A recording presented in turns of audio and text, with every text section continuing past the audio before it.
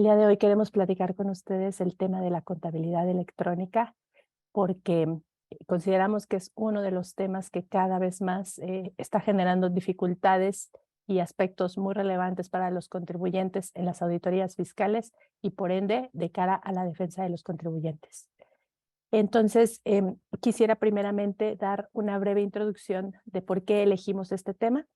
Después presentaré a mis socios expositores. Haremos referencia a grandes rasgos de cuáles los temas o contenido del webinar y después entraremos en materia. ¿Por qué elegimos el día de hoy este webinar?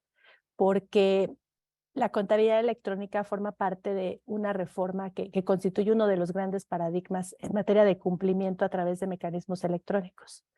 Ustedes recordarán que ese paradigma sucedió con la reforma de 2014, porque a partir de ese año hubo un cambio sustancial donde se incorporaron figuras muy relevantes que están totalmente vinculadas al cumplimiento por parte de los contribuyentes a través de mecanismos electrónicos.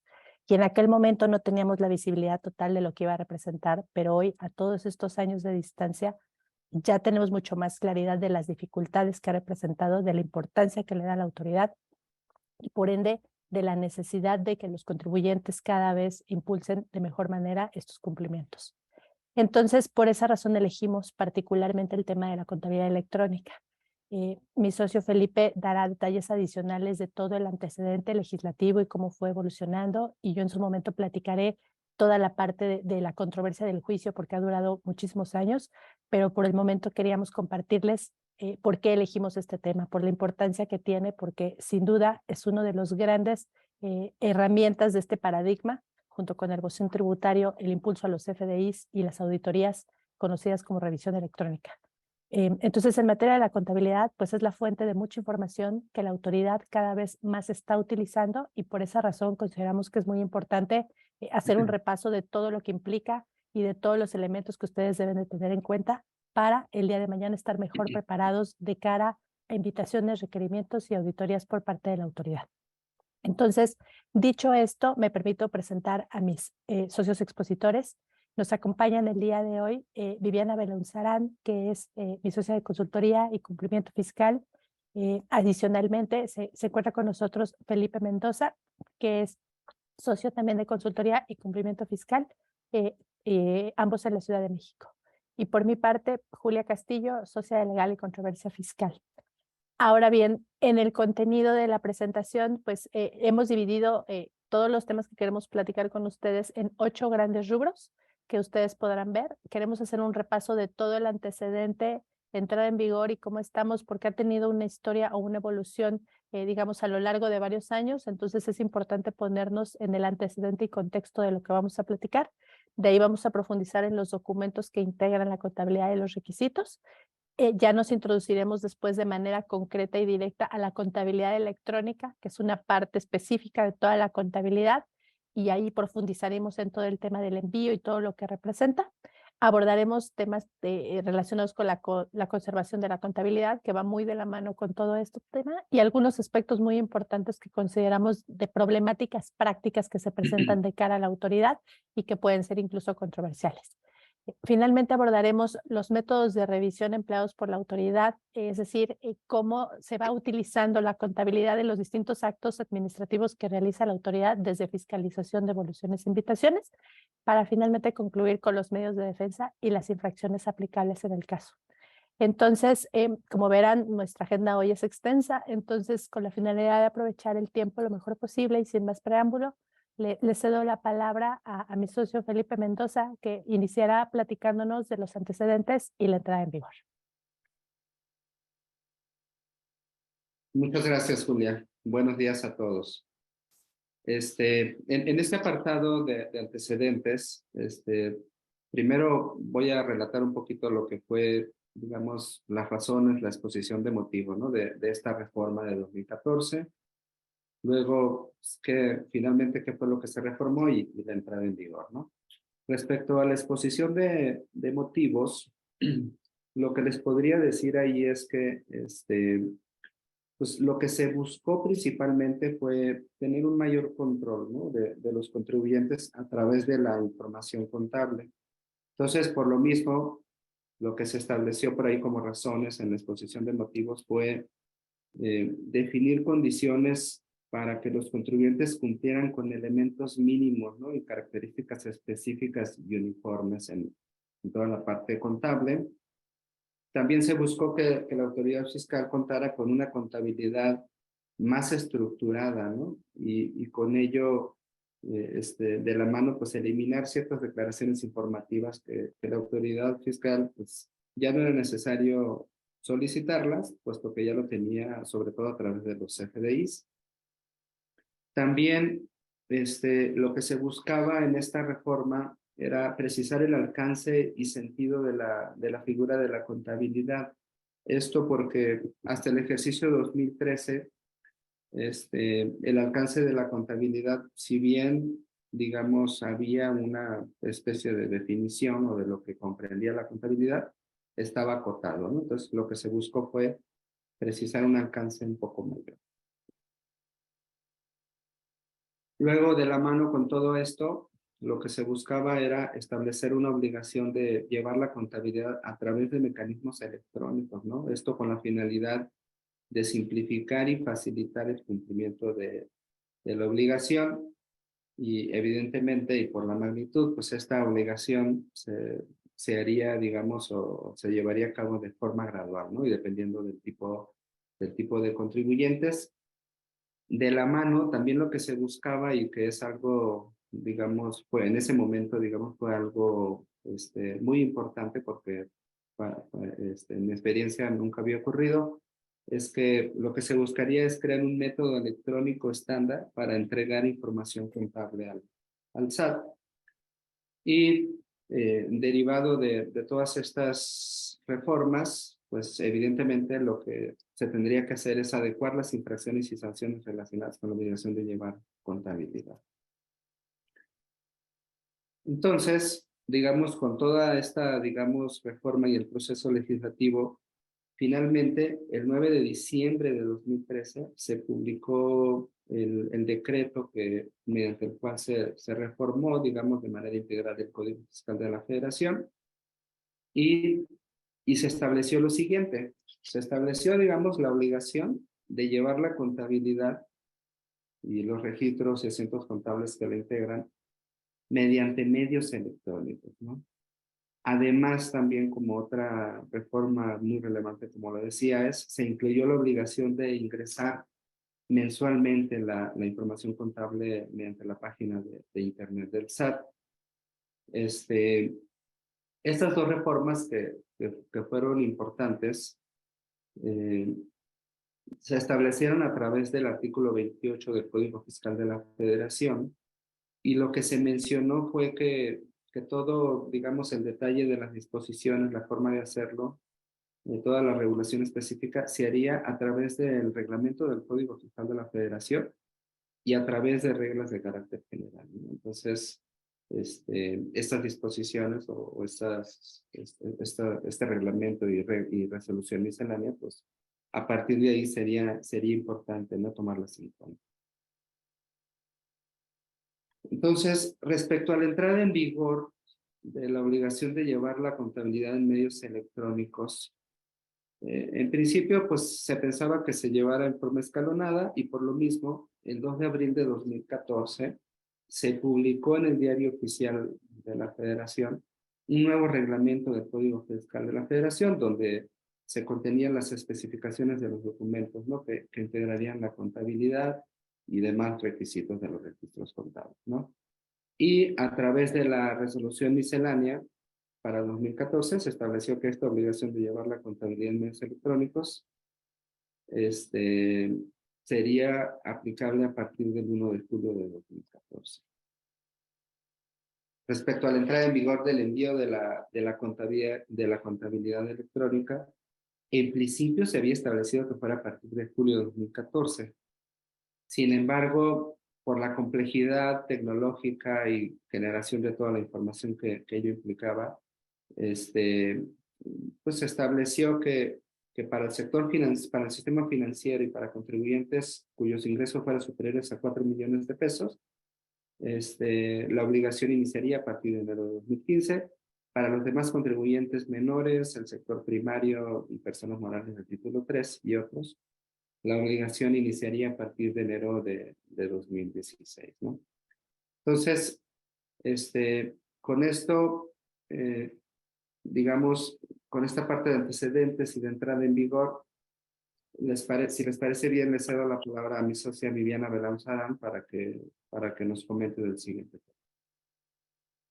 Gracias, Felipe. Buenos días a todos. Es un gusto que nos acompañen el día de hoy a platicar sobre este tema tan relevante, como ya les comentó Julia y Felipe, ¿no? Ahora, hemos estado platicando acerca de la contabilidad, de la obligación, pero ¿qué es la contabilidad y por qué es la importancia de conocer qué elementos deben de contener? Porque de ahí emana la determinación de los impuestos, ¿no? Cuando yo recibo una auditoría por parte de la autoridad, es lo que yo mínimo debería de tener para soportar y cumplir con esta obligación de mantener una contabilidad, ¿no? Entonces, como pueden ver en su pantalla, estamos ahí enlistando lo que indica el reglamento del código, que es la información que integra la contabilidad, ¿no? Entre otras, lo que integra la contabilidad, como pueden ver, es todos los registros y asientos contables, los auxiliares, los catálogos de cuenta, las pólizas contables, los avisos que yo presente también ante el Registro Federal de Contribuyentes, los acuses de la presentación de esta información, todo lo que es el soporte documental, eso forma parte de la contabilidad. Mis declaraciones anuales, los papeles de trabajo de las declaraciones, de una depreciación fiscal y de todos los elementos que integran estos cálculos, inclusive forman parte de la contabilidad. Han habido resoluciones de los tribunales indicando que esto es parte de la contabilidad, ¿no? Y estamos hablando tanto de declaraciones anuales, provisionales, mensuales, definitivas. Todas las declaraciones informativas forman parte de la contabilidad.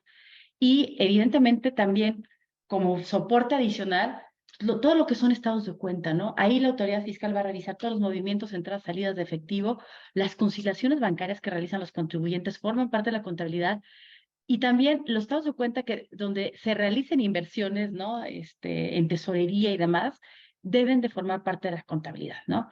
Al final, ve que tenemos participantes que están levantando la mano. Al final vamos a dejar una sección para preguntas y respuestas y también pueden anotar en este apartado que tenemos, pueden anotar las preguntas que tienen, les daremos dando respuesta, ¿no? Eh, También que forma parte, acciones, partes sociales, títulos de crédito, libros y registros sociales.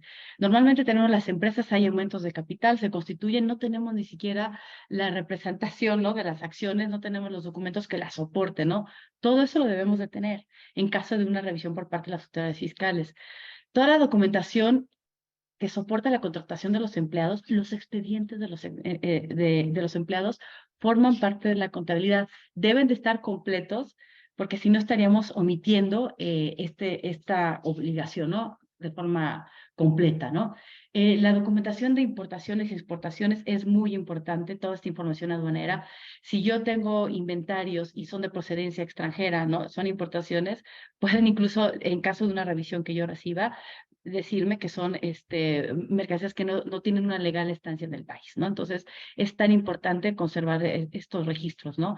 La documentación relacionada con todas las operaciones y actos que realizan los contribuyentes, y como yo les decía también, todos los papeles de trabajo, estas operaciones no solo están soportadas con una factura, va más allá ahorita el tema de la materialidad, ¿no? Donde los en las revisiones nos solicitan más allá de una factura, de un contrato, todo esto forman los elementos que integran la contabilidad y la documentación soporte que respaldan estas operaciones que realizan los contribuyentes. Siguiente bullet que pueden ver, el penúltimo que pueden ver, la documentación relativa al diseño del sistema electrónico donde se almacena la contabilidad y se procesan todos los registros contables, los diagramas del mismo, forman parte de la contabilidad. Entonces, no tenemos o no estamos preparados con ello, lo debemos de tener a la mano. Como más adelante nos va a comentar Felipe, hay requisitos también que aparte de tener la contabilidad, entre ellos deben estar en español, ¿no? Entonces, este tipo de cuestiones normalmente el corporativo, si estamos en un grupo global, nos manda esta información o tenemos de nuestro proveedor nacional, ¿no? Nos envía este tipo de soporte, pero todo en idioma inglés, todo lo debemos de tener en español y si no, pues con traducción de perito, ¿no?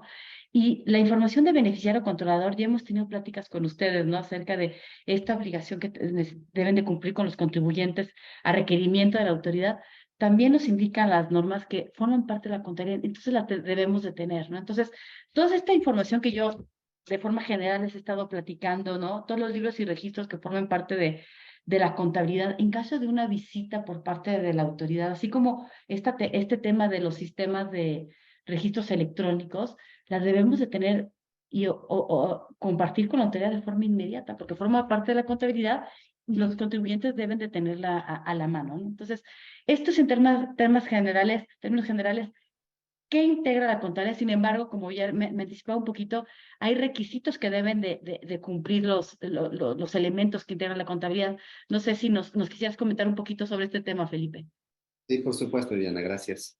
En cuanto a los requisitos, estos están contemplados en el artículo 33 del reglamento del Código Fiscal de la Federación. Es una lista, digamos, larga.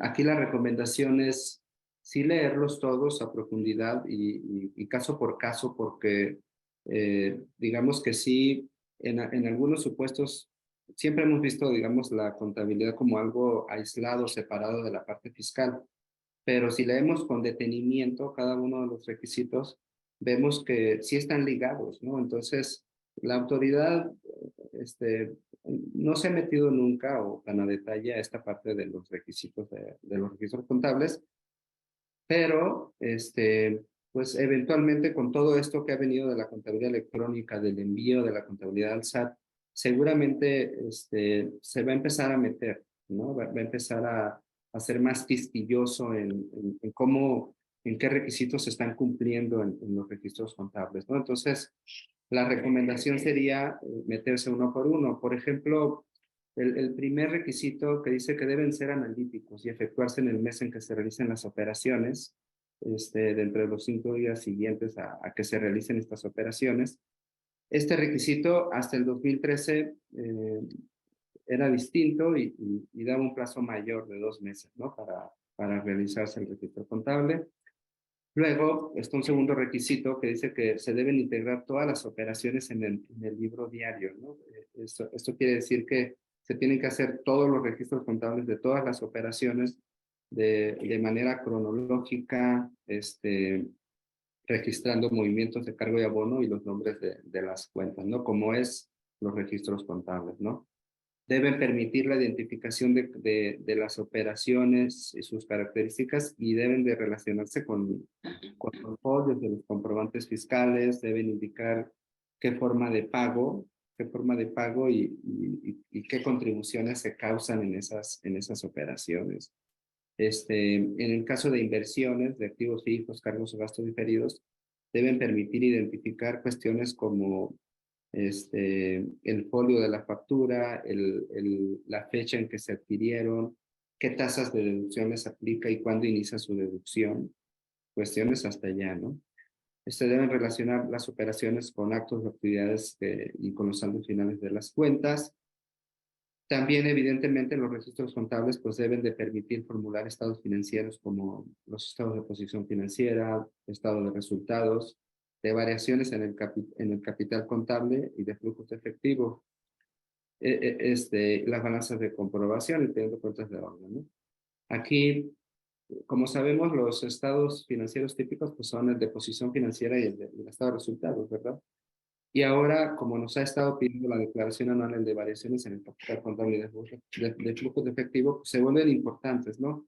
Pero aquí siempre ha estado que estos registros contables deben permitir que se formulen esos estados financieros. Entonces, pues es importante contemplar.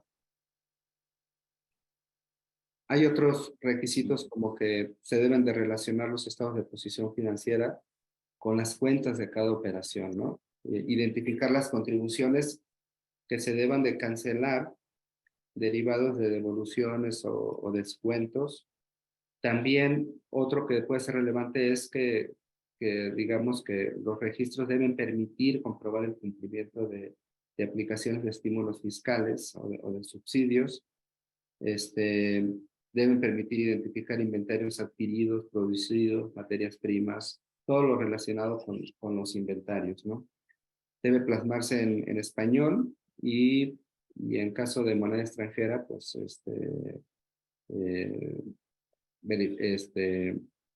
tomar el tipo de cambio que se utilizó, pero en principio debe ser en moneda nacional, ¿no? Los registros contables, ¿no?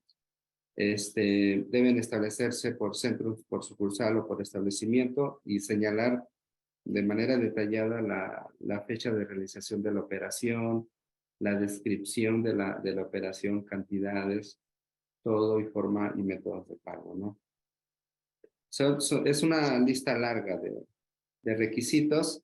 Yo pensaría que aquí de los relevantes podría ser, por ejemplo, el tercero, ¿no? El tercero que dice identificar la opción de diferimiento en la causación de contribuciones.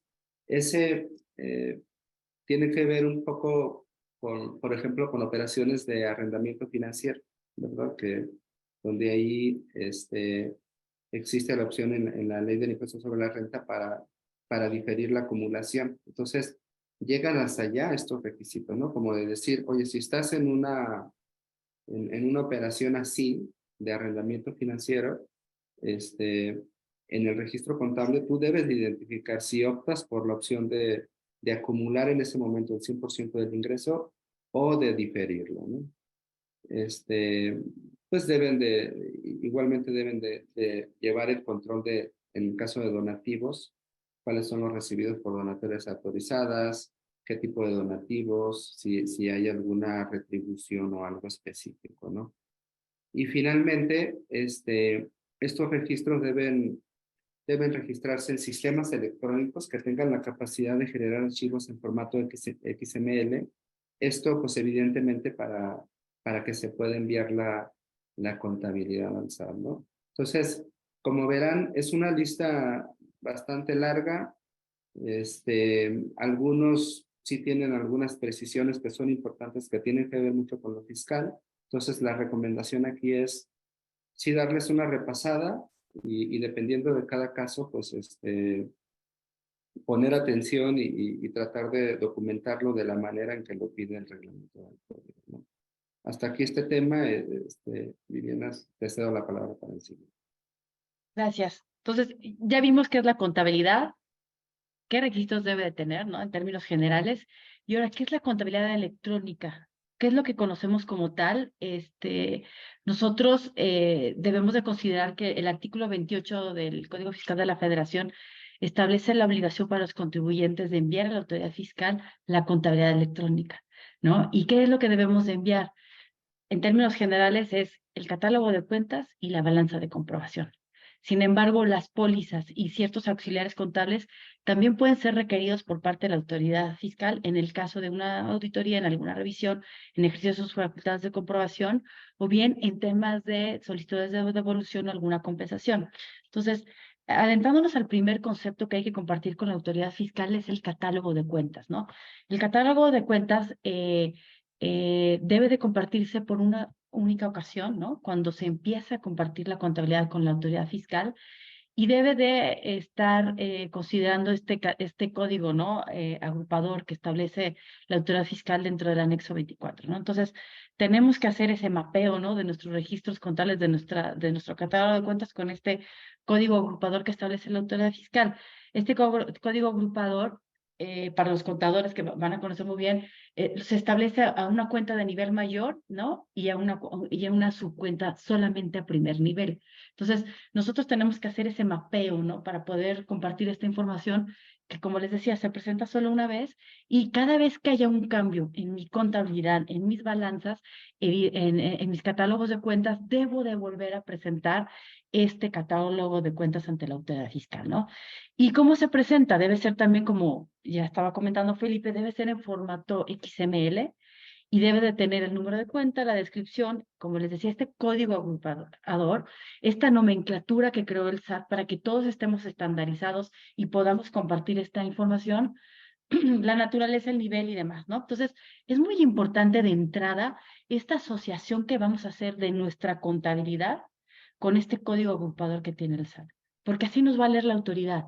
Si yo estoy diciendo que estoy hablando que se trata de una cuenta por cobrar y realmente es una inventario, si yo mando este tipo de información, ya empiezo a tener esas discrepancias y distorsiones en la información, que de todo ello la autoridad tiene información, ¿no? Y con eso puede determinarme impuestos, ¿no? Entonces, por eso es tan importante este primer mapeo que debemos de realizar como contribuyentes. Por favor, las preguntas y respuestas, si las pueden escribir, no hay acceso a micrófonos, entonces, por favor, escribirles y al final de la sesión vamos a estar dando respuestas y durante la charla, si podemos, tenemos oportunidad, también iremos respondiendo, ¿no? ¿Qué otro elemento les decía se tiene que compartir? Y este sí tiene que ser mes a mes, es la balanza de comprobación. Y ojo, aquí es algo importante, debemos tener saldos iniciales, los movimientos del periodo, cargos, abonos y saldos finales. Y la estructura que se tiene, ¿no? De activo, de pasivo, de capital, ¿no? Y las de resultados, ¿no? Los ingresos, costos, gastos y demás, ¿no?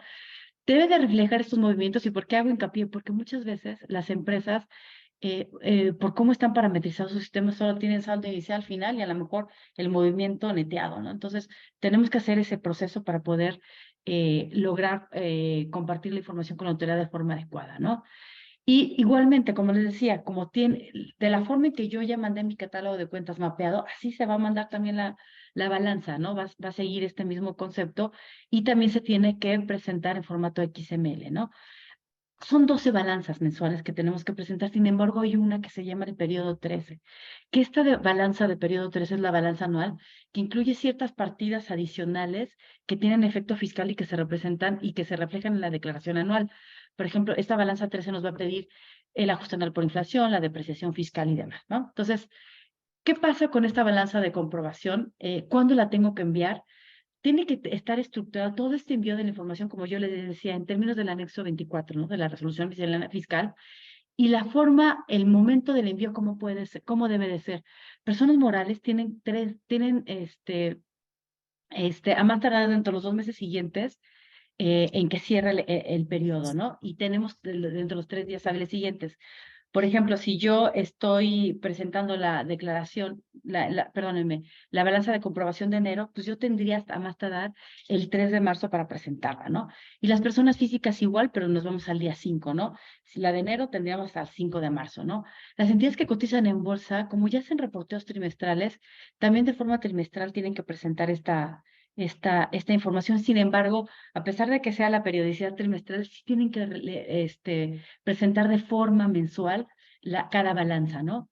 Igual el tema de GAP es como cuando presentan pagos semestrales, también tienen una periodicidad distinta, ¿no? Una vez concluido cada semestre, ¿no? Entonces, es la temporalidad para presentarlas mensuales, ¿no? Y el tema de la balanza de cierre, que les decía, esta famosa balanza 13, que es muy importante, esta debe de presentarse para personas morales a más tardar el 20 de abril y para personas físicas el 22 de mayo. Esta balanza, como les decía, trae ciertos conceptos que desglosan elementos, cuentas de orden, que forman parte de la determinación de un cálculo fiscal, ¿no? Como lo que es la depreciación fiscal, lo que es el ajuste anual por inflación, ¿no? Que si bien no están dentro de mi contabilidad, en cuanto a cuentas que tengan un valor, digamos, financiero, estas cuentas, dentro de cuentas de orden, sí se determinan y se utilizan para determinar el cálculo de los impuestos, ¿no? Entonces, y ante cualquier modificación que yo tenga que realizar de mi contabilidad, yo tengo que, por supuesto, presentar también esta información de forma complementaria ante la autoridad y me dicen que lo tengo que hacer entre los 5 días siguientes a aquel en que se realicen estas modificaciones. Y esto es muy importante porque a lo mejor hacemos modificaciones, ¿no? Y decimos, fue una cuenta de balance, no pasa nada, ¿no? Modificamos, no tocamos resultados, sin embargo, sí me altera saldos iniciales, los saldos finales para el siguiente periodo que son saldos iniciales. Entonces, es importante considerar esto, si no vamos a tener ahí discrepancias en caso de una revisión y la autoridad le va a poder llamar la atención, ¿no? Y otro elemento que les comentaba es que las pólizas y los auxiliares de cuentas, ¿no? Las pólizas se presentan, como les decía, ¿no? Requerimiento de la autoridad para devoluciones y compensaciones. Sin embargo, las pólizas contables sí deben de tener ciertos requisitos que es muy importante cumplir. Si yo presento una información, una póliza sin esto, mi contabilidad no está cumpliendo con los requisitos y me puedo ser sujeto a sanciones. Y cada póliza contable Por ejemplo, entre los elementos que deben de traer debe de traer este famoso WID, es el folio fiscal de los comprobantes fiscales en todas sus posiciones, todo el número debe ser completo, ¿no? Debe tener el RFC de la persona, el tercero relacionado, la forma de pago, ¿no? Acuérdense que la forma de pago puede PPD y demás, y las distintas contribuciones que se causen, ¿no? Entonces, eso es lo que debe tener. Recuerden que luego había temas, oye, ¿pego el CFDI a la póliza o no? Los sistemas contables hacen como que esta relación con las pólizas contables para poder extraer todos esos elementos mínimos que deben de contener las pólizas, ¿no? Deben de también incluir a nivel detalle todas las actividades que realizan, lo que refleja el contribuyente, lo que está, perdón, la actividad que está realizando el contribuyente y lo que está soportando, ¿no? Y yo les diría, toda esta contabilidad evidentemente tiene que cumplir, son los elementos que dice la autoridad fiscal, pero la contabilidad debe de regirse conforme a las normas de información financiera. Si yo estoy utilizando US GAAP, ¿no? Los principios estadounidenses o las normas internacionales de información, la contabilidad debe de cumplir estos requisitos. Sin embargo, cada póliza para fines fiscales, para poderle soportar a la autoridad, debe de traer estos elementos, ¿no? Los auxiliares también, como les decía, deben de estarse compartiendo con la autoridad y deben de traer esta información, ¿no? Que se indican muchos de los sistemas de paquetería que están en el mercado, ¿no? Ya te hacen tipo de reportes que debemos de compartir la autoridad sobre el listado de las pólizas, ¿no? Con la información que debe de contener, ¿no? Y para estos efectos, lo mismo ocurre con el tema de los auxiliares, ¿no? Los auxiliares de las cuentas contables que llevan los contribuyentes, ¿no? Entonces, esto es importante en cuanto a qué es lo que debo yo de compartir con la autoridad. Y ahora bien, ¿durante cuánto tiempo se tiene que conservar la contabilidad, no, Felipe? Es un tema también relevante, ¿no? Porque muchas veces queremos limpiar nuestros bodegas y demás, destruimos y tenemos elementos que tenemos que considerar. Correcto, Vivian. Sí, es muy importante porque digamos que aquí, para la conservación de la contabilidad, el artículo 28 del Código Fiscal de la Federación, perdón, el 30, establece que la contabilidad se debe guardar y se debe conservar en el domicilio fiscal del contribuyente, ¿no? Y esto, como regla general, debe ser en un plazo de 5 años a partir de que se presentaron las declaraciones, ¿no? Esa es la regla general. Existen supuestos mayores, por ejemplo, de 10 años, y esto lo debemos de ver como de manera integral, porque si recordamos en las facultades de comprobación, estas de manera general también son 5 años, pero se pueden extender. Entonces, y se pueden extender hasta un plazo de 10 años, ¿no? Entonces, durante ese plazo el SAT, si nos abriera alguna auditoría, pues evidentemente nos va a pedir la información contable y esta la debemos de tener entonces en ese plazo, que podría ser hasta 10 años, ¿no? También en el caso de liquidaciones de sociedades, la Ley General de Sociedades Mercantiles habla de un plazo de 10 años, entonces pues también deberíamos de atender esa parte, ¿no? En caso de alguna liquidación. Hay algunas operaciones, digamos, cuyos efectos fiscales se prolongan en el tiempo y para ello el plazo debe computarse a partir de que se presenta la declaración, ¿no? En la que se haya producido esos efectos. Esta disposición está medio ambigua, pero en sí pensamos que debería referirse a conceptos como pérdidas fiscales, como saldos a favor, ¿no? Y algunos otros.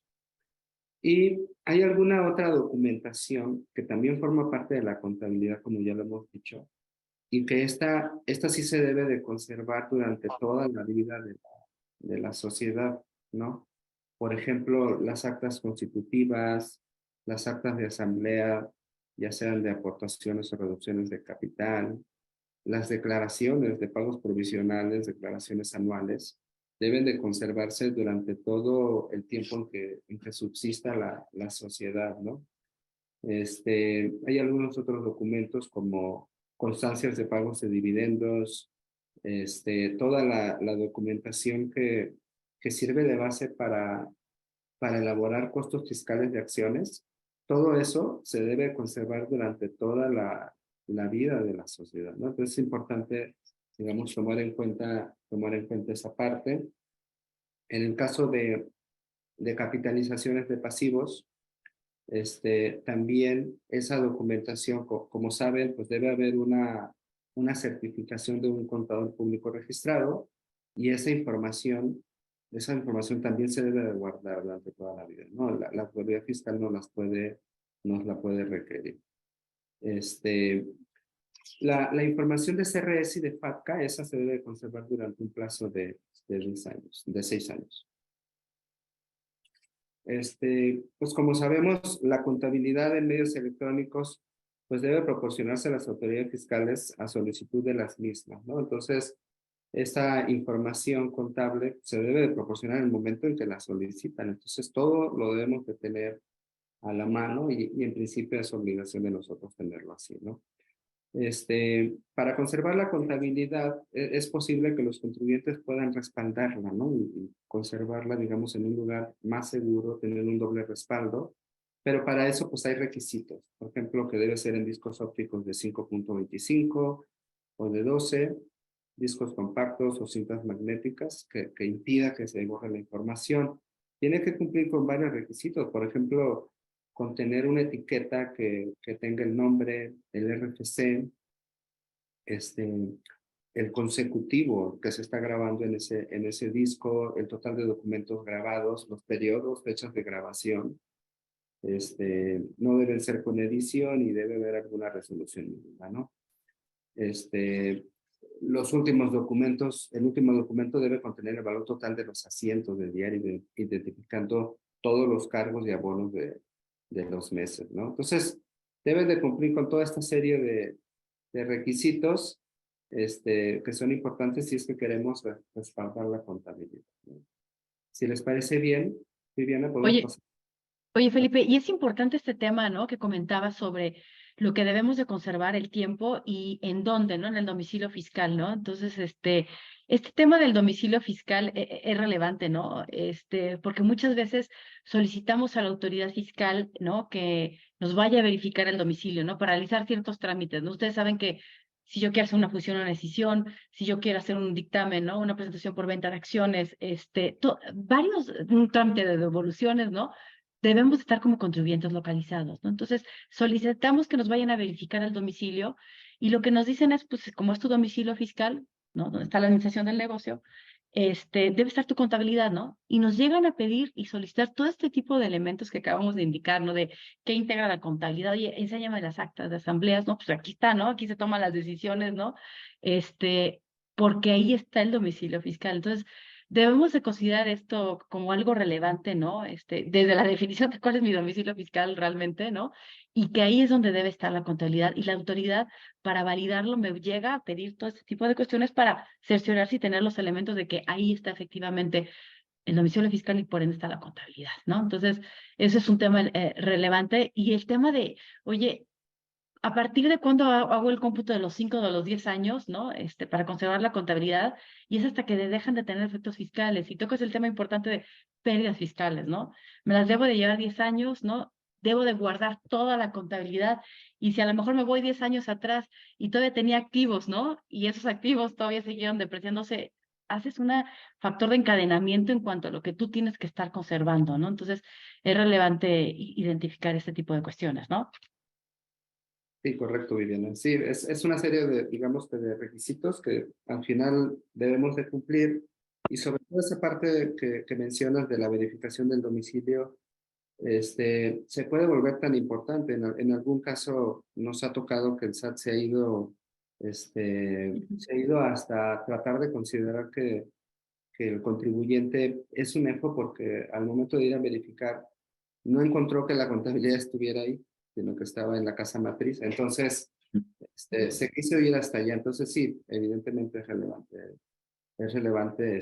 dónde se mantiene la contabilidad. Y ahí estamos ya iniciando con estos temas, ¿no? Controversiales e importantes a considerar, ¿no? Entonces, continuando con estos temas, las deducciones, ¿no? Las deducciones y autoridades, ustedes recuerdan que un requisito es que deben estar debidamente registrados en la contabilidad, ¿no? Entonces, es por ello que es importante identificar, oye, ¿cómo está mi CFDI? ¿Qué clasificación tiene? ¿Qué tipo de gasto? ¿Cómo lo estoy yo contabilizando? El apartado que le estoy haciendo dentro de mi balanza contra comprobación, ¿no? Dentro de mi contabilidad y también dentro del mapeo que le estoy dando al SAT, ¿no? Para que tenga esta información la autoridad fiscal, ¿no? Entonces, eso es un requisito importante. En el tema de los montos originales de la inversión, el MOI, ¿no? Para deducción de inversiones, mis depreciaciones fiscales o mis amortizaciones, también yo necesito tener esta adecuada clasificación, ¿no? Para el saldo pendiente por deducir, la autoridad fiscal, como yo les decía, dentro de la balanza 13, si bien yo tengo todo este soporte en mis papeles de trabajo, ¿no? Y lo plasmo en una declaración anual, en un cálculo anual, que todo esto forma parte de la contabilidad, cuando yo presento la balanza 13 también debe venir estos datos. Y yo debo de tener esta información de forma consistente, ¿no? En mi declaración anual, en mis papeles de trabajo, en mi balanza 13, ¿no? Si yo estoy obligado a presentar el ICIF, ¿no? En un dictamen, entonces, fíjense la forma en la que puede ir la autoridad y podemos tener esas discrepancias y donde la autoridad a lo mejor le empieza a llamar la atención y puede ser un foco, ¿no? De atención y de alerta para la autoridad y para tocar la puerta, ¿no? Entonces, por eso es importante la contabilidad y tenerla en orden, ¿no? No sé, Felipe, ¿qué otros casos has Correcto, visto, no? correcto. Y inclusive en los casos de fusión y escisión, donde sabemos que puede haber un efecto fiscal relevante porque puede llevar a que estos actos corporativos se consideren enajenación de bienes y por lo tanto pagar un impuesto correspondiente. También la contabilidad tiene que ver con estos actos. ¿Por qué?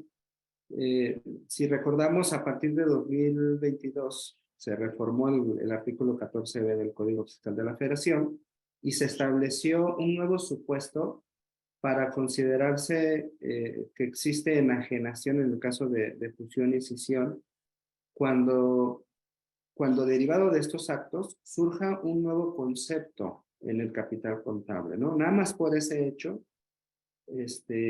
la fusión y la escisión se consideraría enajenación. Entonces, es tan relevante que nosotros al momento de fusionar los estados financieros o de separarlos en el caso de escisión, verifiquemos cómo queda el capital contable, porque en caso de que surja un concepto nuevo, como lo dice el Código Fiscal de la Federación, ya no estaría exenta ese acto corporativo y entonces habría un impacto fiscal, ¿no? Entonces, lo contable aquí, si vemos, pues es muy relevante, ¿no?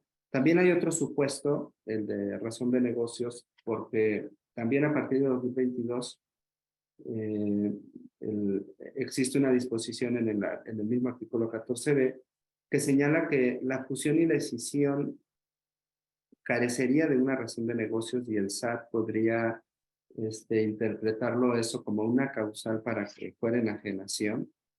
En el caso de que se modificara el valor contable de las acciones en más de un 30%, ¿no? Respecto del valor que se asignó al momento de la fusión y de la escisión. Entonces, si se fijan, hasta en eso nos debemos de fijar porque ese valor contable que es al momento de la fusión o de la escisión, lo tenemos que comparar contra lo que ocurra posteriormente, ¿no? Y si se empieza a mover, digamos, ese valor, ahí es donde la autoridad fiscal en facultades de comprobación lo puede tomar como una razón para decir que no existe una justificación, ¿no? Para fusionar o para escindir. Entonces, es importante también. Luego, igual a partir de 2022 hay una nueva obligación en el caso de fusión y escisión de dictaminar los estados financieros. Entonces, este dictamen pues tiene que ser por un contador público registrado y evidentemente él va a verificar pues todos los movimientos, todo lo que ocurra en los estados financieros y pues puede ser una evidencia el dictamen, ¿no? Para estas dos operaciones que acabo de mencionar o razones para que la fusión y escisión sean enajenación. Entonces, va a ser muy importante que al momento de presentar el dictamen se cuiden todos estos aspectos, ¿no? Igual el de esquemas reportables, que es una obligación relativamente reciente, pues también ahí tenemos un impacto, ¿no? La parte contable con la parte fiscal, porque si recordamos, hay un esquema reportable puede ser que hay una diferencia en más de un 20% entre registros contables y fiscales. Entonces, si caemos en ese supuesto, deberíamos de reportar, ¿no? Entonces, Por lo mismo, la parte contable con la fiscal al momento de declarar pues, se vuelve relevante, ¿no? Entonces, aquí la recomendación es tomar en cuenta estos aspectos, ¿no? Pues, Viviana, no sé si quieres continuar con los siguientes. Sí, también, ¿no? De la mano con lo que indicas, ¿no? La reducción de capital, ¿no? Ustedes saben que en términos del artículo 78, fracción 2 de la ley de renta, un elemento para determinar los efectos fiscales de una reducción de capital es también la comparación que hacen los contribuyentes, ¿no? De capital contable, ¿no? Aprobado, ¿no? Por la asamblea, ¿no? El consejo y los accionistas. Este capital contable se compara contra la CUCA y la CUFI, ¿no? Entonces, ahí también la autoridad tiene elementos, ¿no? Yo ya estoy reportando cuánto es mi capital contable, pero también en mi balanza 13 yo ya estoy diciendo cuál es la CUCA y la CUFI, ¿no? Entonces, si tenemos cambios, errores y demás, esto debe de estar actualizado. Les estamos diciendo elementos, no es algo que lo haga la autoridad del día a día, pero ya son facultades que tiene y de ahí toma la información, ¿no? Entonces, de ahí pueden llegar a determinarse algunas diferencias respecto de lo que nosotros tenemos, ¿no? Otro aspecto también importante es cuando yo voy a decretar un dividendo, ¿no? Las utilidades acumuladas que yo tenga reflejadas, ¿no? La CUCA y la CUFIN también ya lo tiene ahí la autoridad, ¿no? Entonces, es muy importante reflejar los datos adecuados, ¿no? Y evidentemente todo el soporte, ¿no? Que tenemos sobre los saldos de la CUCA, la CUFIN y demás, ¿no? Entonces, eso es relevante. Las pérdidas fiscales, ¿no? Las pérdidas fiscales también la autoridad tiene información sobre este dato de lo que yo pongo en la balanza, de lo que pongo en la balanza 13, pero también yo lo que he reportado cada año con la autoridad fiscal, ¿no? De cómo se está sumando y alimentando estas pérdidas que tiene, ¿no? La presentación de pagos provisionales y de las retenciones también se puede llegar a determinar por parte de la autoridad con la contabilidad. Actualmente lo hace con CFDIs, ¿no? Pero recuerden que en la contabilidad hay temas relevantes, ¿no? A lo mejor lo está haciendo con CFDIs, pero si se meten a nuestras balanzas, a los ingresos que yo estoy declarando, ¿no? Dentro de mi balanza de comprobación, puedo yo tener a lo mejor algunas provisiones, ¿no? Provisiones de ingresos y yo tengo que contar con todos los elementos para decir, oye, ¿por qué una provisión de ingresos no es acumulable, ¿no? El tema de los IVAs también ahí me lo va a poder determinar con lo que yo manifiesto en mis declaraciones, ¿no? Entonces, esto es importante, ¿no? Ya les habíamos comentado, ¿no? Que el catálogo del SAT, ¿no? Este código agrupador para presentar las balanzas, este es otro tema importante. Solo viene a nivel mayoría a su cuenta, ¿no? Entonces muchos sistemas contables no tienen esto, sino a lo mejor tienen muchos más subniveles, ¿no? Entonces, tenemos que hacer ese mapeo adecuado, porque si no también podemos dar distorsiones hacia la autoridad y les puede llamar la atención, ¿no? Otro tema que es importante y son recomendaciones es al momento que yo envío la contabilidad, no le damos el cierre completo al procedimiento y no nos cercioramos de obtener ese acuse de respuesta, porque muchas veces lo presentamos y decimos, ya, acabamos, ¿no? Entonces, ¿puedo yo tener algún rechazo en el envío de mi balanza mensual por alguna inconsistencia en la sintaxis del archivo que estoy enviando? Entonces, hasta que no obtengamos este acuse de presentación, no debemos de, ahora sí quedarnos por vencidos y concluir con todo este trámite, ¿no? También les decía yo, estos cambios son importantes, ¿no? Y que también lo están preguntando ahorita en el chat. Cuando yo realizo un cambio supuestamente en mi contabilidad y que afecte la información ya reportada al SAT, yo tengo 5 días para hacerlo, ¿no? Si yo tengo algún cambio, para que no tengamos inconsistencias, sí se recomienda hacer estas presentaciones porque si yo cambio una balanza de un periodo anterior, mi periodo siguiente, su saldo inicial, no va a coincidir con el saldo final previamente reportado, ¿no? Y para temas también de operaciones relevantes, ¿no? La información que se despliega dentro de un catálogo de cuentas, dentro de una balanza, puede darle también indicios a la autoridad si yo tengo la obligación de presentar este tipo de informativas, si estoy indicando que realizo operaciones financieras derivadas, ¿no? O para el tema de precios de transferencia, ¿no? De operaciones con partes relacionadas, la propia contabilidad también me pide que yo segregue si son operaciones con partes relacionadas o no. Entonces, todo eso me tiene que coincidir, si no, empiezo a tener discrepancias de mi estudio, no lo tiene así incluido, la declaración no lo segregó correctamente, pero mi balanza sí. Entonces, son elementos que debemos nosotros como contribuyentes empezar a controlar y revisar que podemos tener inconsistencias y estar listos en cualquier evento de revisión por parte de la autoridad fiscal, ¿no? Correcto. Correcto, Vivian. Si les parece, continuamos con el siguiente tema, que son los métodos de revisión empleados por la autoridad fiscal. ¿Por qué? Porque como sabemos, el SAT últimamente pues, ha tenido técnicas muy específicas para, para fiscalizar o de prefiscalización, ¿verdad? ¿Por qué? Porque como ahora ya les estamos enviando la contabilidad y ellos ya tienen, digamos, la información de los FDIs y ellos ya tienen las declaraciones que presentamos, pues entonces simplemente ellos hacen un cruce, ¿no? Entre estos tres elementos y si algo no coincide, pues simplemente nos mandan a llamar, nos mandan esas famosas invitaciones y si no contestamos de una manera adecuada, pues ya empiezan con sus actos de fiscalización, ¿verdad? Por eso, digamos que esta plática nos parece a nosotros relevante porque la contabilidad hoy por hoy, pues sí juega un papel muy importante, ¿verdad? En cuanto a ese tipo de amarres que acabamos de decir.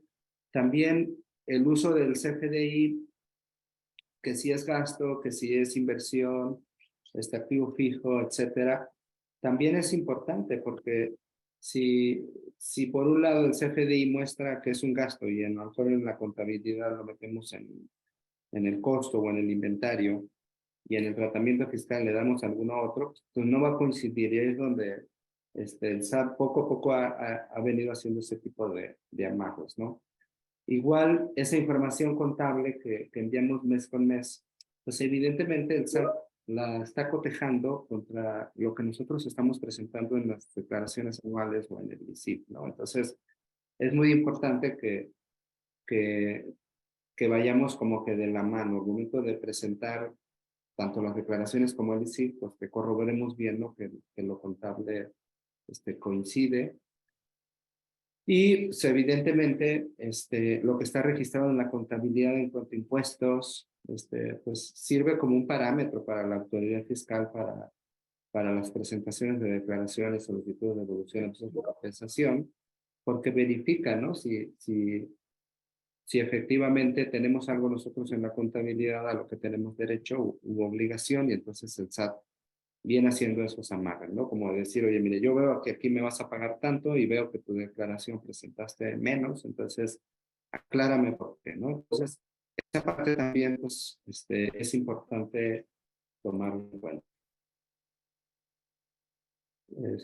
Y En también, este, y también este tema, ¿no? De las provisiones que ya me anticipaba un poco, ¿no? Pues están en la contabilidad, ¿no? Las provisiones que tenemos de gastos, de costos, ¿no?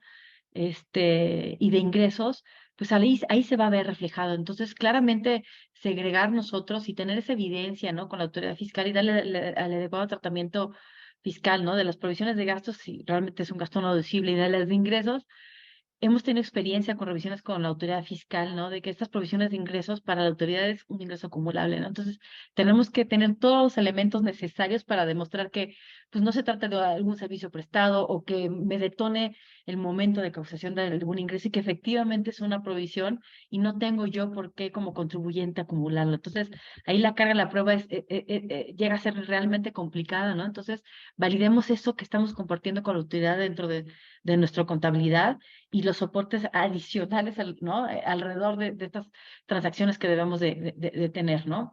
Y como ya les decía, ahí pueden ver todos los elementos que se llegan a compartir dentro de la balanza 13, ¿no? Lo que es UFIN, CUFIN, CUFIN-RECU, que el ajuste anual, ¿no? Las deducciones, las pérdidas, ¿no?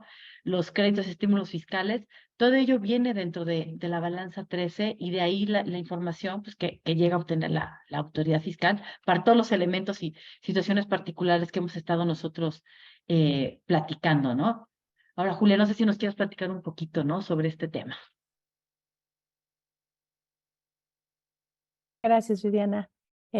Pues como verán, son amplios los temas que queremos platicar con ustedes el día de hoy y ahora quisiera platicar con ustedes de los medios de defensa, así como de las infracciones y sanciones. Entonces, pues son prácticamente los últimos dos temas que queremos abordar.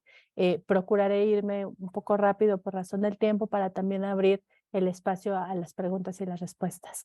Entonces, en el caso de los medios de defensa, ha sido una defensa muy extensa, digamos, hablando de años, porque estos juicios iniciaron en 2014 en su mayoría y a la fecha seguimos todavía con el tema de la resolución de los juicios y en algunos casos puede ser favorable. Ahorita voy a explicar por qué.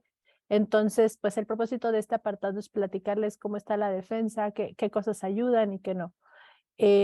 Si pensamos para ponernos en contexto de la cronología de los hechos, cómo sucedieron durante todos los años que han transcurrido, como ustedes saben y vieron en la exposición de los antecedentes, todo inició en 2014, pero realmente se modificó el inicio de la entrega de la información contable hasta 2015, ¿no? Entonces, en 2014 fue justamente cuando iniciaron los amparos el primer paso que se tomó fue que todos se concentraran en unos juzgados exclusivos que eran los auxiliares. En medio estuvo la gran discusión de las suspensiones y después de varias discusiones, la Suprema Corte estableció que sí procedía a otorgar la suspensión y ahorita voy a profundizar en ello. Y voy a explicar por qué es importante remontarnos a esas suspensiones que vienen desde 2014. Después se suspendió la tramitación de todos estos juicios para que la Suprema Corte conociera y estableciera el criterio o jurisprudencia a seguir. Y después se reanudó la tramitación de los juicios y luego se volvió a suspender y otra vez se reanudó.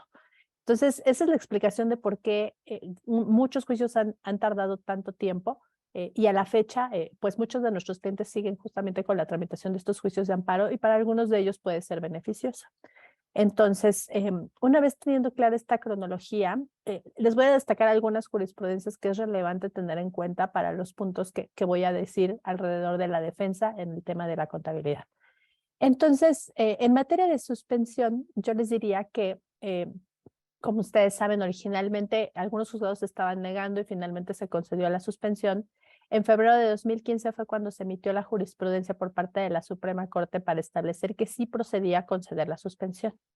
Pero igualmente es importante tener en cuenta que, así como dijo que sí procedía a conceder la suspensión era para el envío mensual de la información contable. Y eso significa que no se otorgó nunca la suspensión en contra de llevar como tal la contabilidad de manera electrónica. Entonces, esta distinción es relevante porque algunos contribuyentes, como sucede con muchos de nuestros clientes, todavía tienen suspensiones, digamos, con efectos o vivas, porque los juicios se siguen tramitando. Entonces, es importante distinguir y recordar qué abarca la suspensión y qué no. La Suprema Corte dijo sí, se procede la suspensión para enviar mensualmente la información contable porque la autoridad tiene acceso a esa información a través de otros mecanismos, pero no procede otorgar la suspensión para que se lleve de manera electrónica. Entonces, los contribuyentes, aún los que a la fecha cuenten con suspensión, sí tienen obligación de llevar la contabilidad de manera electrónica, pero no están obligados a enviar la información contable mientras la suspensión esté vigente. En ese sentido, igualmente es importante recordar que, como ustedes saben, digamos que hubo una discusión muy importante con el anexo 24 y ahorita voy a explicar por qué. Entonces, con motivo de tan importante esa discusión, que inclusive llevó a que la Suprema Corte declarara inconstitucional ese anexo 24 en el 2016.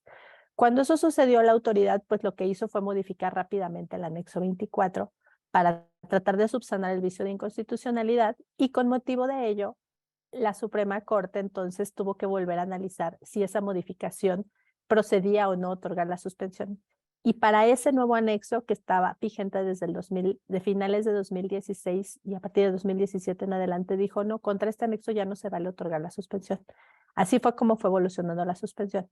Entonces, para nuestros clientes y para todos los que nos estén escuchando, que todavía tienen suspensiones porque tienen juicios en trámite, es importante distinguir que no importa que los contribuyentes, digamos que la Suprema Corte haya dicho que es inconstitucional y que digamos, bueno, pues es que el amparo ya se perdió, porque si tenemos concedido una suspensión y todavía no estamos listos con todo lo que nos han explicado mis socios, pues entonces esa suspensión todavía tiene valor y ese juicio de amparo todavía nos ayuda, porque hoy nos puede llegar desde una invitación, un requerimiento, hasta una facultad de comprobación, donde la autoridad nos pudiera decir, oye, ¿qué onda con el envío de la información mensual? Y tendríamos esa protección. Entonces, pero para tener esa protección depende de qué juicio tengamos, qué suspensión tengamos y en qué términos, por todo lo que acabo de explicar. Porque contra ciertas disposiciones que estuvieron vigentes en cierto momento sí se otorgó la suspensión y después ya no. Entonces, en el caso de nuestros clientes, la gran mayoría siguen contando con su suspensión a pesar de los años que han pasado y esa suspensión sí les abarca para protegerse contra el envío, pero depende de cada juicio cómo se haya planteado y qué suspensión se haya concedido. Ahora, en el tema del amparo que se concedió y se negó, en 2016 fue cuando se concedió por primera vez el amparo, en el sentido de que pues violaba el anexo 24 ciertos principios constitucionales y por esa razón pues se otorgó el amparo porque decían, oye, el documento técnico que establece cómo se conforma el XML, pues ese documento técnico no reúne los requisitos de constitucionalidad porque está en idioma inglés. Con motivo de eso, la autoridad hizo una modificación a ese anexo 24 y entonces lo que hizo fue, digamos, subsanar ese vicio de inconstitucionalidad para que ya no tuviera esa característica o ese defecto que tiene el anexo técnico. El anexo técnico es un complemento del anexo 24, donde se establecen todas las especificaciones técnicas de cómo se conforma el XML. Si ustedes ven el código que sí establece muchos requisitos de lo que conforma la contabilidad, a nivel de la contabilidad electrónica no lo hace.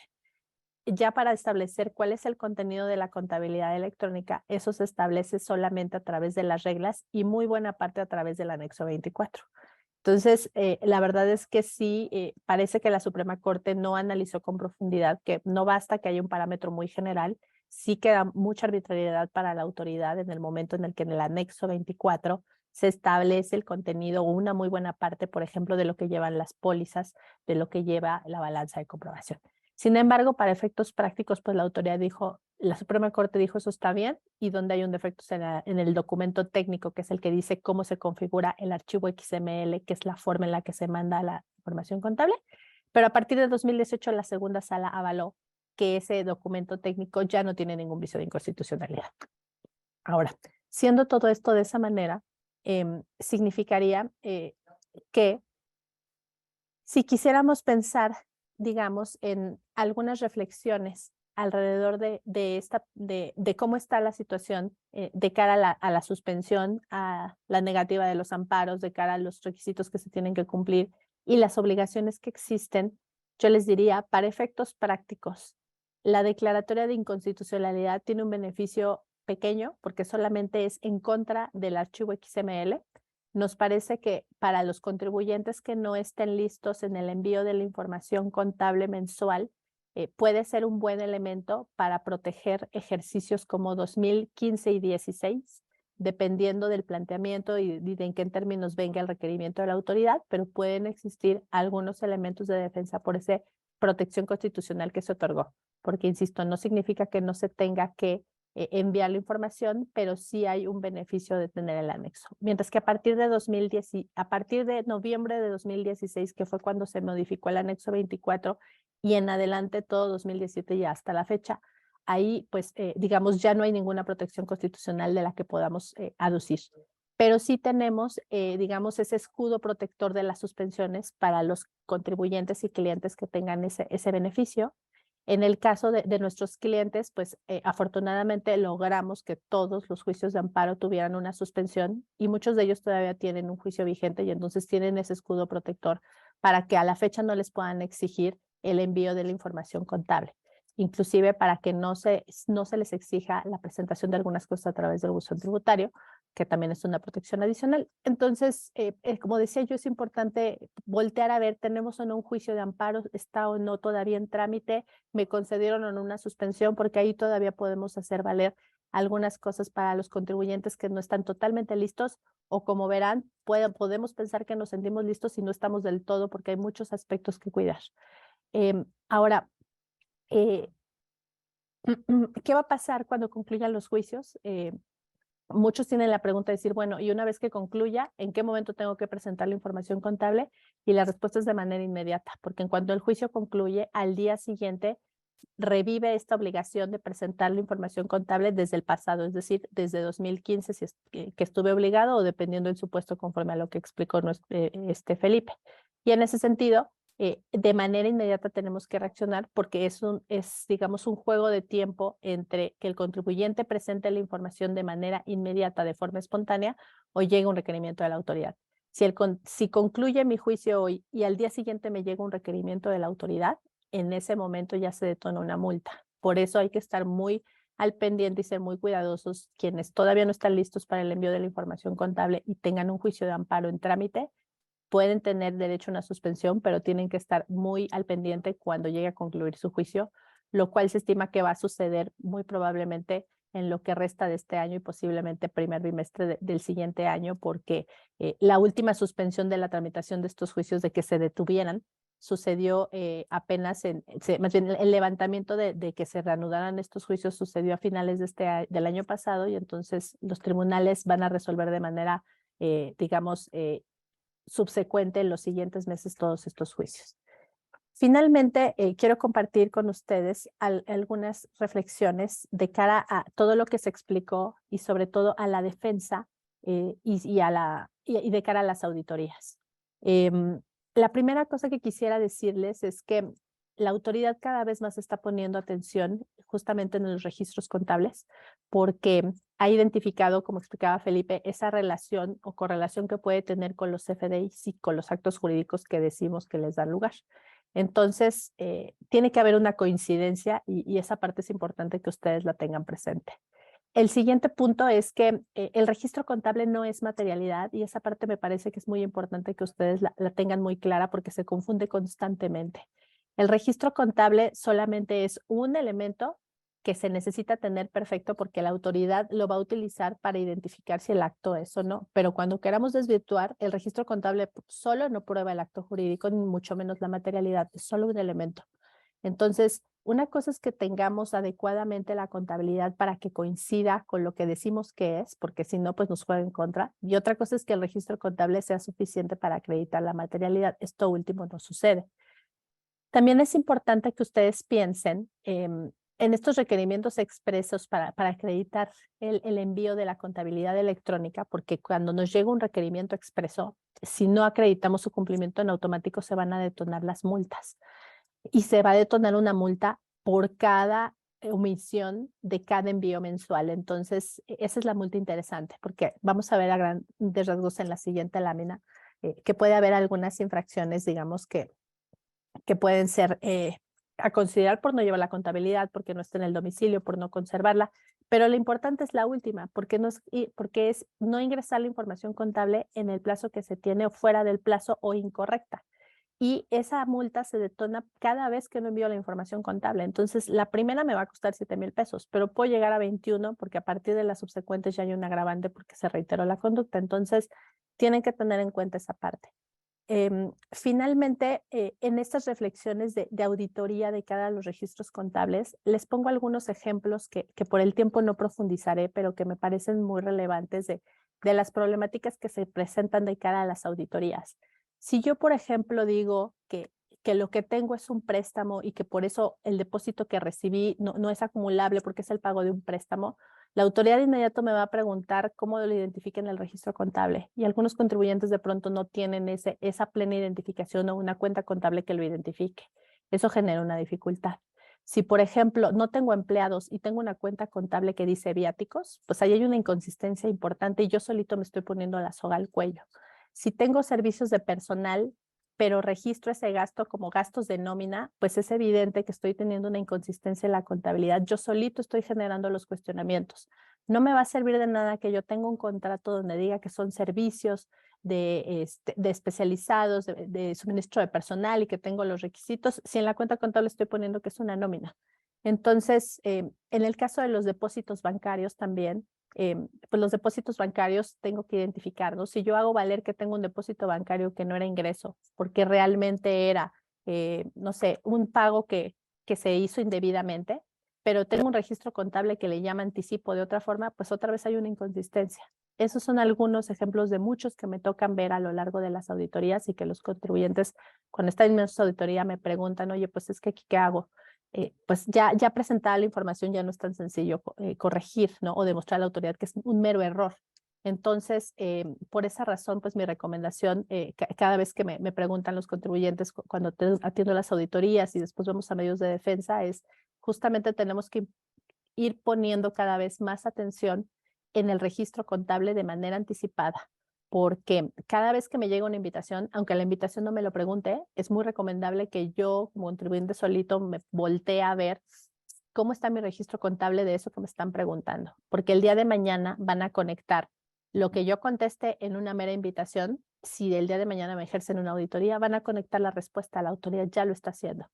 Lo mismo va a suceder si el día de mañana tengo una auditoría. Desde el día 1 tengo que saber que el registro contable va a ser una pieza importante.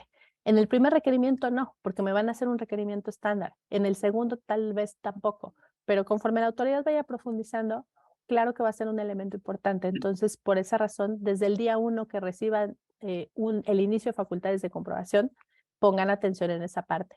No importa que no sea una revisión electrónica, porque tanto en visitas domiciliarias como en revisiones de gabinete, la autoridad está poniendo atención en la contabilidad.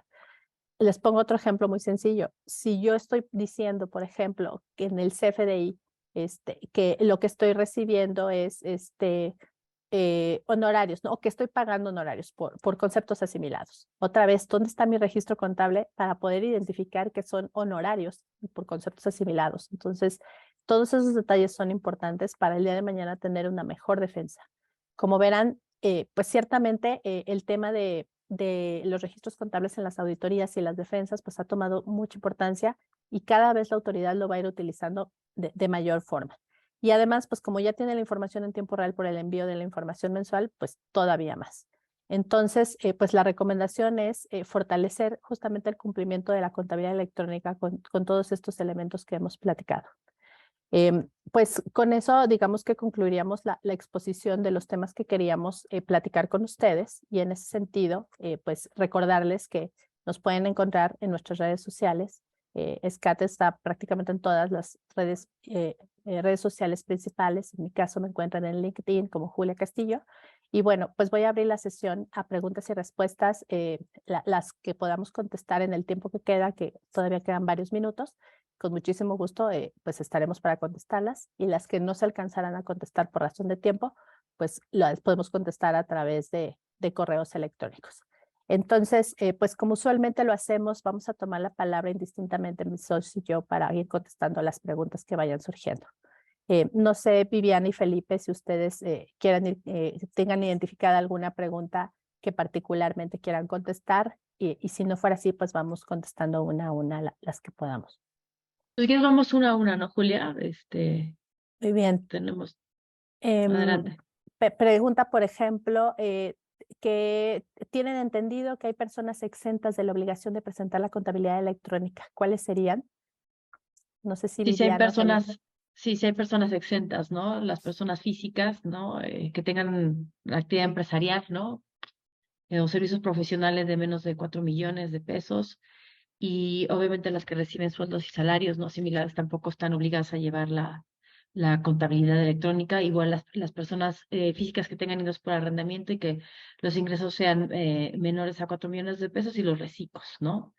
Y de la mano con otra pregunta que nos van a hacer del título 3, ¿no? De los no contribuyentes, están obligados, sin embargo, únicamente si estamos hablando de asociaciones religiosas que optan por utilizar la aplicación de Mis Cuentas, están exentos de ello, ¿no? O se da por servida con esta obligación, ¿no? Hay otra pregunta donde nos dicen si conocemos de auditorías de esta obligación y qué es en lo principal que se enfocan. Es una pregunta interesante y déjenme reenfocarla porque si ustedes me preguntan una auditoría ex profeso para revisar la contabilidad electrónica como tal, eso no es lo que comúnmente sucede. Lo que comúnmente sucede es que la contabilidad electrónica está siendo parte de los elementos que la autoridad utiliza en las auditorías, bajo los ejemplos que poníamos ahorita. Si me inician una revisión de gabinete, por ejemplo, y el día de mañana, como ustedes saben, me van a pedir absolutamente todo, ¿no? Me van a pedir los contratos, me van a pedir los papeles de trabajo de cómo determiné todos los ingresos, todos los conceptos deducibles. y el día de mañana tengo que presentar obviamente los libros, y el día de mañana que me pregunten de algo en particular, la autoridad me va a preguntar que lo amarre con la materialidad y el registro contable. Y si las tres cosas no coinciden o no coinciden con el CFDI, así es como se está utilizando. En materia de invitaciones, sí es común que lleguen requerimientos respecto del envío de la información contable, todavía no con la fuerza que me parece que va a tener, porque hay muchos juicios todavía en trámite, pero sí hay. Y una pregunta ahí que dice, pero le movieron. ¿Dónde estábamos, por favor?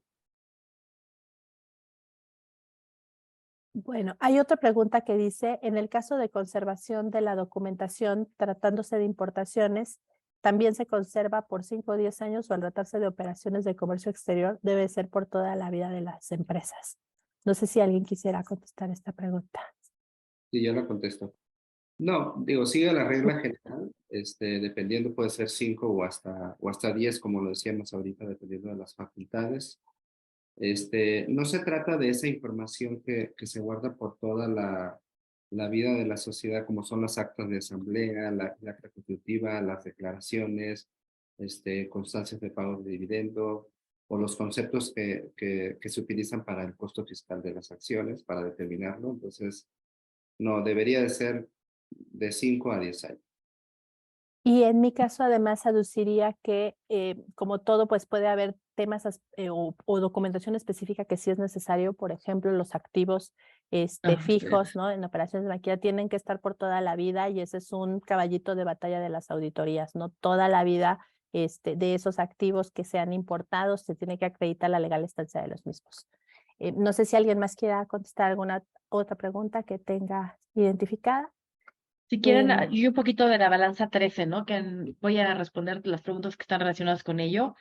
La balanza 13 se presenta, como decíamos, en personas morales el 20 de abril, ¿no? Y para personas del año siguiente, evidentemente, al cierre del ejercicio, y personas físicas el 22 de mayo. La balanza 13 se presenta igual que las balanzas mensuales, ¿no? A través del buzón tributario, ¿no? Indicando la sección, ¿no? De envío de contabilidad. Y inclusive la propia, el envío, ¿no? De la balanza, se puede identificar qué tipo de balanza es, porque recuerden que tenemos que poner la fecha del contribuyente, el tipo de balanza normal, no BN o lo que sea, y el mes, ¿no? Entonces, si le ponemos periodo 13, pues ya se sabe qué es esta balanza, ¿no?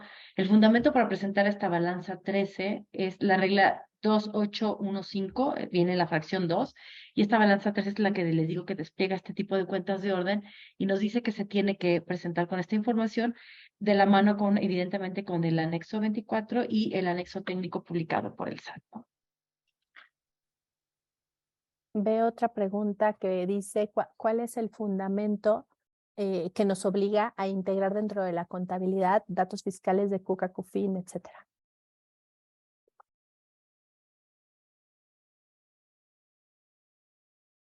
Dentro de la balanza es lo que acabo de comentar ahorita, ¿no? El 2815, ese es lo que nos obliga, ¿no? Dentro de una balanza a compartir con la autoridad fiscal. Cucas, cufines y demás, pues evidentemente las disposiciones fiscales te establecen esta obligación. Si yo quiero hacer un cálculo de reducción de capital, si yo no declaro nada, digo que no tengo cuca y demás, imagínate a la hora que hago una reducción de capital y demás, si no tengo esos soportes, pues todo se vuelve grabado, ¿no? Esa es la relevancia y la importancia de llevar todo esto, ¿no? También nos han dicho, oye, ¿qué pasa si tengo errores, no? O si no la he presentado. Ya Julia nos platicó ampliamente acerca de las sanciones, ¿no? Si yo la presento de forma incorrecta, si no la represento de forma incompleta o no la he presentado, podría yo ser sujeto a ciertas sanciones y multas, ¿no? Tenemos otra pregunta que dice que si tenemos una suspensión, una vez que se emita la resolución no favorable, si les pueden requerir la contabilidad desde el año que inició el tema, y la respuesta es sí.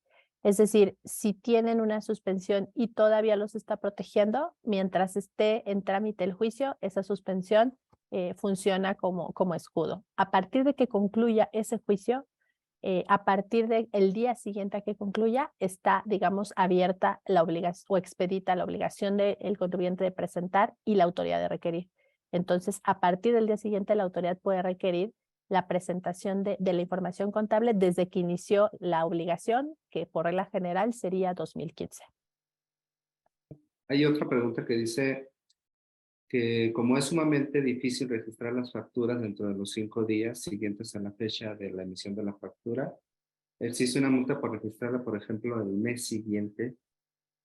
Yo viendo aquí en el artículo 83 del código, como infracción, en la fracción cuarta dice, no hacer los asientos correspondientes a las operaciones efectuadas, hacerlos incompletos, inexactos, con la identificación incorrecta de sujeto, o fuera de los plazos respectivos, así como registrar gastos inexistentes.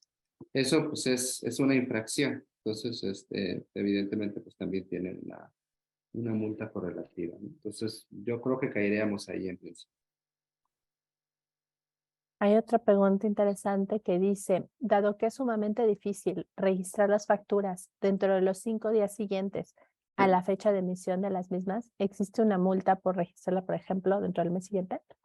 Esa es la que leí. Ay, Te la acaba de perdón, decir. perdón, Sí, sí, perdón, es que estamos aquí leyendo en tiempo real, perdón. sí. Adelante, perdón, adelante.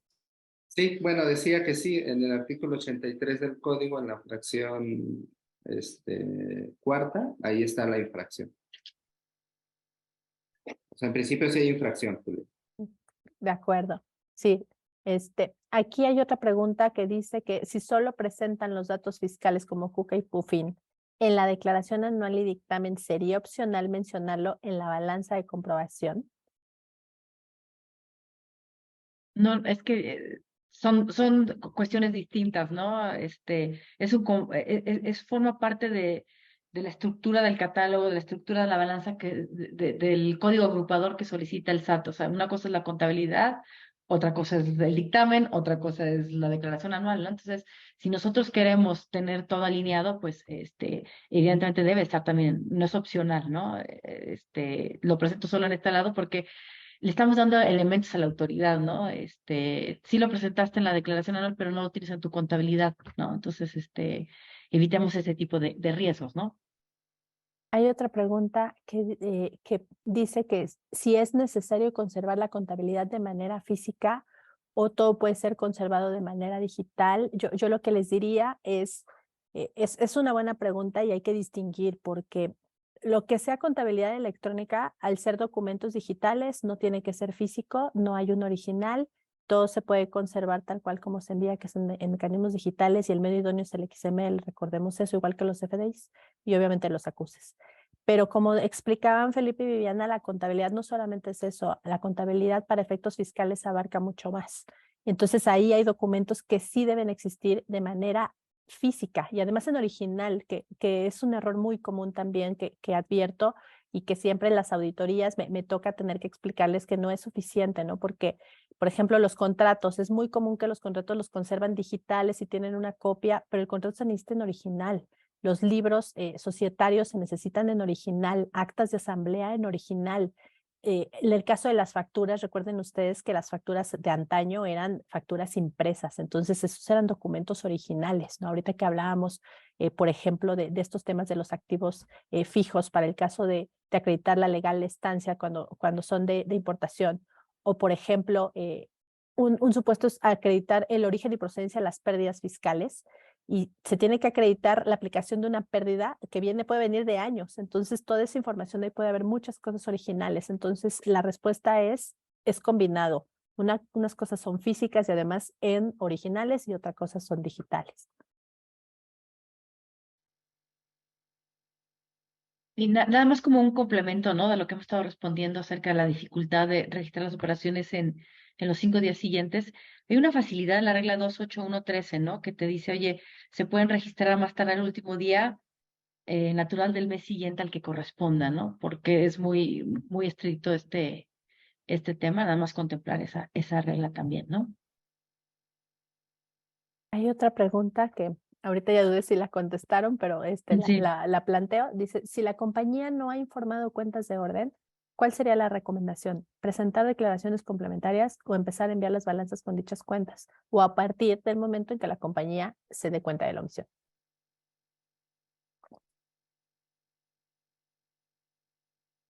Felipe. Mi recomendación, por lo que ya hemos platicado, ya le había respondido, era, pues sí, presentar una complementaria, indicando, ¿no? Ya he tenido yo esos casos y me han dicho, oye, yo no tengo ningún tema de, de cucas y cufines y lo quiero hacer de aquí en adelante. Sin embargo, sí está esa disposición, ¿no? Donde te indica que si presentas incompleto o errónea la información requerida, puedes llegar a tener sanciones, ¿no? Alguna multa y demás, ¿no? No sé, Felipe, si estás de acuerdo. Sí, no, digo, eso es lo correcto. Digo, a lo mejor habría que Sí, valorar qué implica el cambio y tomar. claro. Pero sí, en principio es esa la respuesta, de acuerdo. Hay otra pregunta que nos plantean, ¿cómo sabemos cuando se extiende el resguardo de 5 a 10 años? Yo diría de manera resumida, porque pues a ese tema podríamos profundizar mucho más, pero de manera resumida, la regla general son 5 años y las excepciones son 10. Algunas de las más relevantes, si el contribuyente no está registrado en el RFC, si está no localizado. Recuerden también que en el caso en el que no se presenten las declaraciones, el plazo se extiende a 10 años. Hay otros supuestos adicionales que con mucho gusto podremos profundizar si la persona lo requiere, pero bueno, los supuestos de excepción están en el propio código. Sí, sí, y tiene que ver con las facultades de comprobación, con la caducidad, ¿no, Julia, de las facultades de comprobación, en principio. Pues digamos que son dos cosas separadas, pero muy ligadas, ¿no? Que Ujú. creo que a eso vas, ¿no? La obligación de conservar contabilidad es donde durante cierto periodo y por otra parte la facultad de las autoridades de verificar el cumplimiento dentro de lo cual incluye la contabilidad. Entonces van un poco ligadas las excepciones con uno y con otro.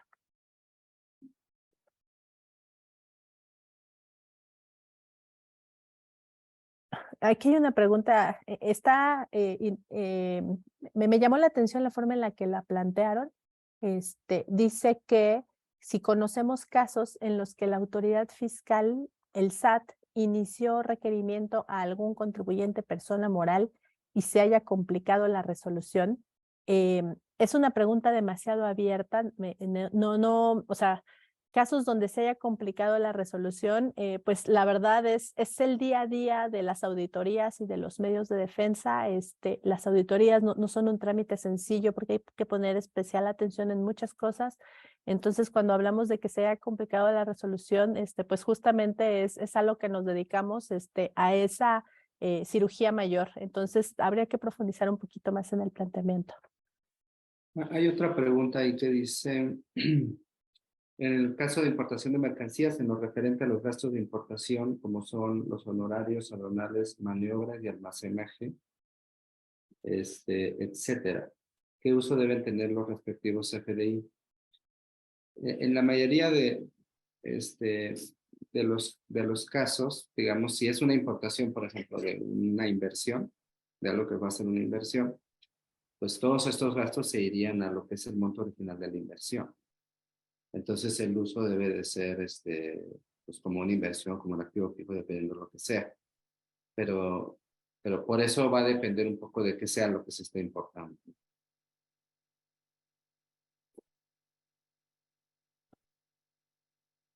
¿Y se podrían repetir la regla en la cual soporta el registro hasta el último día del siguiente mes del comprobante? 28113.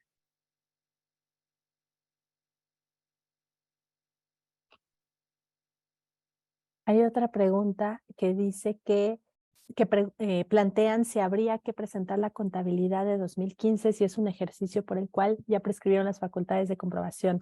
Es muy buena pregunta, Ana Laura.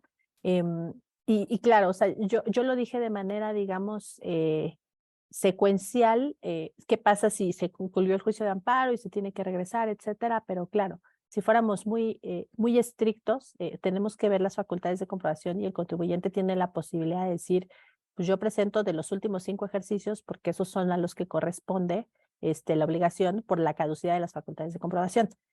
Entonces, la respuesta es sí habría posibilidad de sostener que no tengo que presentar la información contable de 2015, pero esa afirmación tiene muchas excepciones, por eso no le entré por ahí, ¿no? Porque la regla general es que prescriben 5 años, pero hay excepciones a esa prescripción, y también depende, por el ejemplo que ponía, ¿no? Si en 2023 estoy aplicando pérdidas fiscales y esas pérdidas provienen de 2015, yo tengo que acreditar el origen y procedencia de las pérdidas y eso me va a remitir a 2015 y posiblemente haya cosas que tengo que tener, no presentar, pero sí tener en mi poder.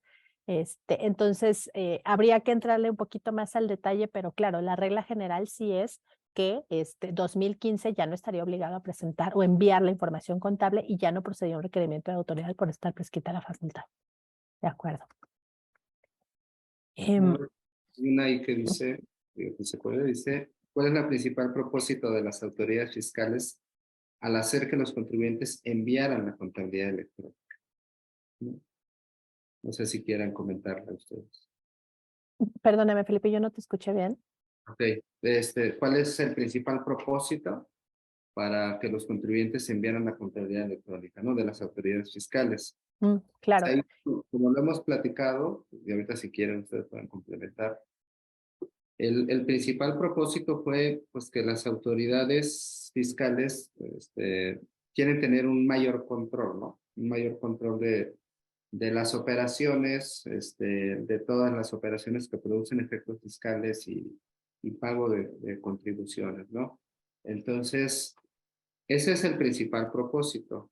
Y pues sí lo están logrando porque pues, con el envío de la contabilidad, como lo decíamos en la plática, pues están amarrando, digamos, lo que es la contabilidad contra lo que es los propios CFDIs, que también forman parte de la contabilidad, pero los tienen por separado, y lo que se está declarando, ¿no? Entonces, sí, digamos, de alguna manera es como tenerlos más controlados, tener un poquito más claro qué es lo que viene, ¿no? Porque con el envío de la contabilidad, pues sí, ellos identifican qué ingresos son, qué digamos, qué deducciones se tienen, qué saldos a favor tiene el contribuyente, qué saldos a pagar debe de tener, retenciones, etcétera, ¿no? Entonces, con eso se va dando cuenta en tiempo real y va comparando contra lo que nosotros estamos declarando, ¿no? Y expidiendo como CFDIs. De acuerdo. Y finalmente nada más decir en complemento de eso, como decía Felipe, la idea es tener control, pero también la idea es tener todo de manera electrónica, ¿no? La autoridad ha visto los beneficios de fortalecer el cumplimiento a través de mecanismos electrónicos, entonces esa es la segunda fuerza que le ha dado. Y finalmente, pues la autoridad cada vez está migrando más a tener la información para poder enviar invitaciones y requerimientos que al revés, ¿no? Ir en blanco a ciegas a iniciar una auditoría y pedirle la información. Esos son lo que conocen como, son diferentes de los actos de fiscalización, son justamente actos de gestión, que así lo conoce la doctrina, que son los actos que la autoridad utiliza previo a ejercer facultades de comprobación. Hay otras preguntas adicionales que no hemos alcanzado a contestar, pero que con muchísimo gusto contestaremos por escrito a través de nuestros correos electrónicos. Lamentablemente por el tiempo, pues no podríamos continuar porque pues quisiéramos respetar el tiempo que hemos establecido para este webinar, pero les agradecemos mucho que nos escriban, que nos planteen todas estas inquietudes y por supuesto que nos acompañen en el webinar como el día de hoy. Entonces, les agradecemos mucho su participación, tomamos atención de todas estas preguntas y desde luego, si hay preguntas adicionales, con muchísimo gusto nos pueden buscar y podemos atenderlas. Entonces, pues les deseamos que tengan un buen día, gracias por participar y los veremos en nuestro siguiente webinar.